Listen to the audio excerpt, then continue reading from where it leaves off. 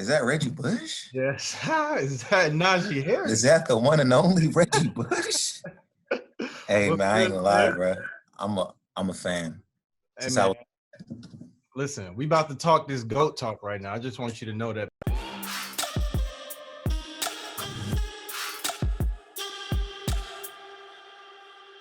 This guy this week, Najee Harris, is my playmaker. And he ain't even played a football game yet this season. So that's what's kind of crazy, Najee. You ain't played a game this season, and you're already my playmaker, man. So I want to start off by asking you, man, you're my preseason favorite. You're my preseason Heisman favorite. What is this offseason been like for you? well, first of all, I want to start off saying thank you for having me. But this offseason, you know what I'm saying? A lot of things happened from obviously COVID. So there's a lot of uncertainties from, if we're gonna have a season or not, or like how many games we're gonna play, how late the season will get pushed back and stuff like that. So this offseason I have to approach it kind of differently. Now, like the good thing is that, since the season was pushed back, I have more time to train and work on the stuff I need to work on. So it's been a lot of training from like all types of aspects of my game, like more catching, more speed work, more being explosiveness, more elusiveness. You know what I'm saying? We got the new strength coaches, so like working with them, getting used to them and how they train, getting numbers on like how fast I do an explosive lift from like a clean or a squat. All that got to be speed. So like really, I switched everything to like more speed and like elusiveness really, and more like catching the ball out the backfield more. Yeah, so I watched some of those videos, man, that you talked. Oh, you watching on my YouTube? Man, I told you. Come on, man. That's what I appreciate. Man, I told you, it's nothing that you do that I don't know about, man. I studied. I appreciate that. Studied all your stuff, man. So let's get to it. But I've seen some of those off-season workouts that you're talking about. The Olympic lifting, the power cleans, squats. So you're running with the sleds. I also saw you focusing on a lot of agility too, right? Catching balls after some of your runs. Is that something that you've been kind of focusing on more this offseason, is your agility and maybe kind of showing people that you're not just a big back? Exactly. Well, exactly as we're saying. But, the times is changing of like the prototypical running back of what they will want to see. You know what I'm saying? They want to see like, yeah, you can run between tackles, but they also want to see if you can pass protect and catch the ball out the backfield and be a threat on third down from that being man coverage or something like that. So like, me being a big back, the assumption is that like, okay, he's big, so like he's stiff maybe, like this the typical stereotypes, you know what I'm saying? He's stiff, can't really make anybody miss that much. He's not fast enough, something like that. So like me using that, like I guess training to work on all these things, it's just like or me just hearing that, I train for all those things. So when like I am in the position in a route or like one-on-one coverage, like I have to make that like that's the perfect opportunity for me to show people like, listen, like, yes, I'm a big back, but like I could do everything that like you in your days could do, you know what I'm saying? Exactly. Yes, you can. I'm so glad you said that, bro. It's okay, because you can do all those things because I've been watching your routes. Let's just get straight to the play, because I got a play to me that describes you in just one play. And you had a burst route. So you just you mushed this dude to the side. Then you showed the bunny, you hopped over this dude. Then you broke that tackle. And so to me, it's not even a run play. This is just you out of the backfield, one-on-one. And you. So that's So actually, that team that year had a really, really good defense. So like, it wasn't that much happening in the run game. So like, that's the perfect time to show like, okay, I could be more of a threat and passing now. So I was actually excited. We went for it on fourth down. I'm like, because Saban, he's like, man, like he was kind of iffy. Like, I don't know if we should go for it. He's like, let's just go for it. So I was like, oh man. And then they showed me that like I had a burst route. Yep. So I'm like, what? I'm like, oh, perfect. This is a perfect thing. So like, I saw Judy come across. I obviously went under the route. And then when I got the ball, I wasn't thinking scoring a touchdown. I was thinking like, get as much as you can to get the first down so you can convert. And then, man, like, I guess that. Bro, so that's why when I saw this play described everything to me that I've seen from you week in and week out. Like, this isn't, you're doing this consistently in the like that, like to me, like I wouldn't, like this is even like one of my best plays. I wouldn't even steal. I got another play that I want to show you. Okay. It's another route that you had out of the backfield, one-on-one situations right here. This is Texas A&M, so you gave that linebacker the business, by the way. First of all, and Tua was late. Tua was late. He was late. On that. Yeah. So I don't know what Dallas was, but I mean, this is a perfect scenario because, like, I think this is. Unless they're a running man, I don't know, but like, it's a perfect scenario. So whenever I see a man route, like I see man coverage, this and is you right here. Okay, Najee, like this is the perfect time right now for like this is what a running back wants, one-on-one with a linebacker. Like this is perfectly what we want because like there's so many advantages that we have over the linebacker that we can do. Like one, he doesn't know our route, so like, and then like I guess assuming a linebacker is like really like he's so like tensy, like he won't put your hand on you so much. So I'm thinking like I could break this guy down in so many ways, and I had the perfect route to break him down and show him. So like when they call that route, I was like, oh man, like yeah. Was it an option or was it an angle? Was it an option or angle? So it was an option route. Okay. We call it a Sproles route. Darren Sproles, you know what I'm saying? Darren Sproles was the best one running that. You know what I'm saying? One of the best ones to run that. Obviously, he was. I didn't know. You know what I mean? Like, don't get about your boy though. You know what I mean? Like, facts. But like, so Darren Sproles was one of the best ones running this route. So, man, they called it in the goal line, and like, I released slowly to see if it was man or not, if it was zone. And I saw him come over me. I was like, oh, let me give him the business. Let me give him that. And the 1-2 step. You gave him the 1-2 step, bro. Exactly.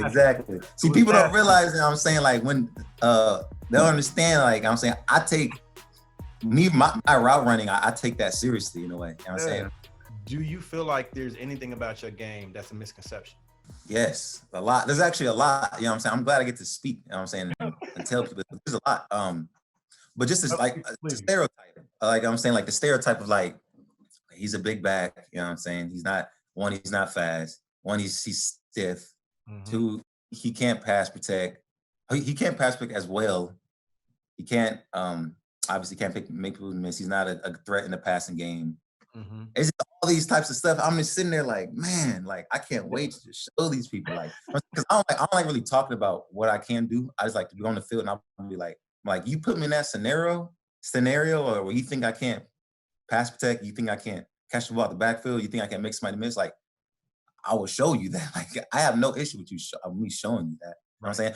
I like these challenges. It's like a challenge in a way. You know what I'm saying? It's like, okay, you know what I'm saying? When you look at my frame, it's like, man, like that's a pretty big guy. Like I'm not gonna expect him to be this shifty, to be this like elusive in a way. And I use that all as my advantage. You know what I'm saying? So like when a team like sees me, what's funny is like when a team sees me and they think I'm not athletic or somebody, when they see me line up and in certain positions in the backfield, like the whole game plan changes. They'll be like, I say, oh, 22 right there. And they see me like line up somewhat from like the tackle IT to IT position.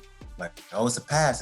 And I'm just using it in my head like these people don't even know what's going on, but they have all these stuff in their head to think they have me figured out. But it's like, y'all don't know me yet. Like, you know what I'm saying? Like nobody knows me better than me.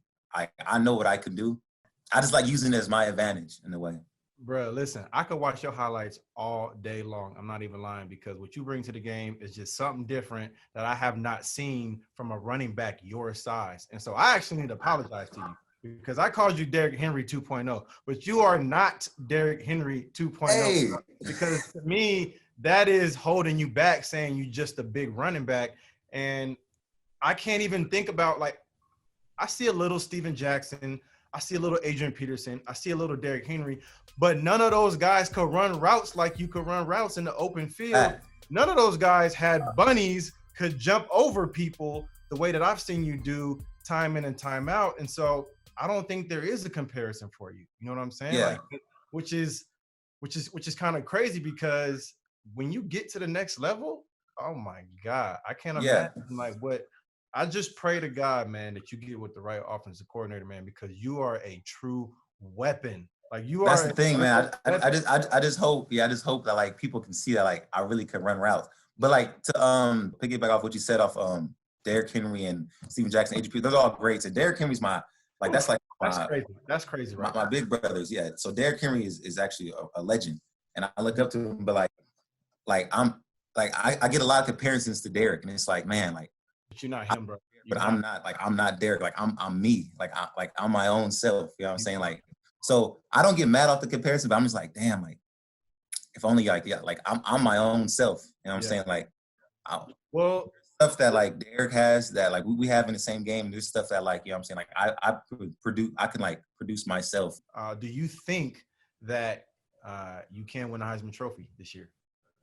Man, I mean, we know the time we live in, man. For a running back, it's extremely hard, man. Extremely hard for a running back. It really any other position, but like, you know, as a player, you know, I'm not really thinking about that. Like as you said, we have this hard schedule, man. So like, we're just going by game by game. You know, we play a lot of really good teams. Starting off the first game, like they have really good defense. You know what I'm saying? They do a lot of stunts. Linebackers are really good. They go over top really well. They play as a team well, and I think they were ranked top 15 last year. Defenses are top 20 in the country, our best defense. So I mean, like, I wouldn't say I'm not too worried about that. And I know people see my videos and stuff like that, but I don't think people understand how hard it is for a running back to like even be in the top 5-4 conversations nowadays. So we'll see. You know what I'm saying? We'll see. We'll see. Yeah, I don't want to put the pressure on you too much, man. I understand because like you said, it is hard for a running back to get in that top 5 voting, especially with the way the offenses have changed now, right? Like Alabama used to be a run heavy first. Exactly. Yeah. Right. And I'm not sure where they were when you committed there, if they were still a run heavy first or if it had changed. Had that changed when you got there? I mean, we got so many coach staffs coming through here. Like we had a lot of different OCs. That was when it started to change. We had all these great quarterbacks, receivers, that's what it is. Tight ends. Like we had all of them. So like then it was like as a running back, you want to say like, okay, I want to get the ball with them. But like if you look around, you're like, well, I could understand why we're doing this. We had numerous first rounders at receiver. I mean, like numerous first rounders. So like we understand. Like we all understand the running back room. Like why like the offense was changing. I always say this, man. Najee Harris is gonna hurt one of these kids out here on this football field, bro, because you so big. You 230 pounds, bro. You 6'2", and you shifty, and you have it all. To me, you the total package. You gotta look at me in person, man. I'm a lean. I call myself a lean cuisine. I like when you see me, you're gonna be like, nah, he like 215. Oh, he like a receiver. But you wear it well though. You know what I'm saying? Yeah, like yeah. So in your pads, right, in your football gear, bro, you look huge. You look like an exactly. But in the videos, and I've seen you working out and stuff, you definitely lean and you wear it well. But yeah, there are stereotypes out there maybe about you because you are big. But and I understand. Welcome that, bro, because you are huge. Like I can't cuss, but I want to say you are effing huge, bro. Like and so you should welcome those comments. Yeah, I am big, but also look what else I can do. You know what I'm saying? Exactly. You're gonna get a chance to show that every week, man. And that's why exactly. So I hope I can. Yeah, exactly. I hope this year, you know, we've been working a lot as a team. Me personally too, is working a team on those things that I need to work on, and I hope that I can show people that I can. I just show them every game. At the same time, us as a team want to win games too. Yeah. So man, I hope I can silence those stereotypes, but like, you know, it's always going to be something out there, and you know, we can't do anything about that. I understand. So let me ask this question, man, because I'm really interested in what was it like going from Cali to the Deep South? What was that like for you? Man, you ever came down here? You ever came to Alabama? So Dr. Andrews did all my surgeries. So I've been to Birmingham. I actually stayed at his house after I got my microfracture knee surgery. I stayed at Jimmy Andrews, Dr. Andrews' house. So I've been there. I wasn't there long though. Man, okay, so you know we West Coast boys. Yeah, we West Coast. You know the weather out there perfect. You know the weather different in the South. Wake up, stretch your arms out. You ain't got to worry about no humidity. You ain't got to worry about no tornado. You ain't got to worry about no weather changes. You know what I'm saying? It's just, you know, it's California weather. Mm-hmm. Here, man, I tell you what, Reggie, bro, I promise you. I come out here my first practice. I'm like, damn, it ain't hot out here. Like, I step outside, I'm sweating. I'm like, damn, like it ain't hot to y'all. Oh no, you're gonna get used to it, man. I promise. To this day, I'm not used to this damn heat. The humidity is crazy, man. I was running a play in my freshman year, and team run, I ran the play. I ran one play. In the second, you got like 3 runs in team run. I ran one play. I was breathing. I was crawling on the ground. Coach Saban was like, "God damn it, 22, get up! This isn't the West Coast." I'm like, "I can't breathe, Coach. I can't breathe." I'm like, "God damn it! All right, well, get somebody else in." Hey, I'm just not used to it. People don't realize when we come to the West Coast and we go to the Deep South. I went from USC to New Orleans, bro, and that was a culture shock for me. And then I went there 5 months after Hurricane Katrina, so I went there in such just a different time period. But I'm gonna tell you what was not different was that damn heat. That heat has always been there. The heat is no joke. Post Katrina, that heat has always been in New Orleans. I'm telling you, man, that heat is no. And there's hella like flies and gnats. I'm like, man, what the heck is like stuff flying around me, bro? Like it's country stuff, man. It's country stuff. I'm like, bro, come on, man. Like, yeah, but you know what? This is what I appreciate, and what I know you appreciate about the South is it shapes you, right? When you go into that environment and when you got to work in that environment, it does something to your spirit, right? Exactly. One, you either gonna answer the call or you gonna fall off. And obviously we've seen you answer that call time and time again. And so I know those conditions are helping you down there because I've been down there in those conditions in Mississippi, in New Orleans, with all the bugs in my face flying around, smacking my eyeballs. But I still got to get it right. And so, how has those conditions, shaped you? I guess for in your game and on and off the field. Yeah. So, as me complaining about the weather and stuff, but like this is actually one of the for me training. I love training in the South because of the humidity, because of all that stuff. Like my body reacted to it differently my freshman year, and then what I'm saying, the changes of I guess the way my body reacted to it was I'm saying I can't go and I can't go anymore type stuff. But man, I tell you what, me training out here every year, it really helps me the way I breathe better in the game, the way I handle heat waves like that, it really helps me in other ways outside of football. I would even so I love the way I love training in the South because of the weather and because of the humidity and all that stuff. So and this place actually helped me more than just football, really, in other ways. What is this last year coming up for Najee Harris? What does this mean to you?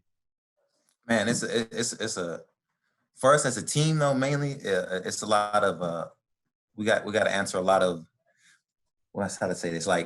I guess this upcoming year is mainly for us to show people that Bama is still here in a way. Saying we did come up short, us losing Tua that affected us as a team because that's our quarterback. And that was, I'm saying, that's one of my close friends. We knew each other since freshman. We came in together. But after that, I'm saying, we lost 2 games last year. And then, people start writing us off. Bama's done. And this year coming up, I'm saying, we're just so hungry and just focused right now of to show people that man, show ourselves though, really man, we are here. You know what I'm saying? We're still here. Cause now's the time. At first we didn't know that if we're going to play or not.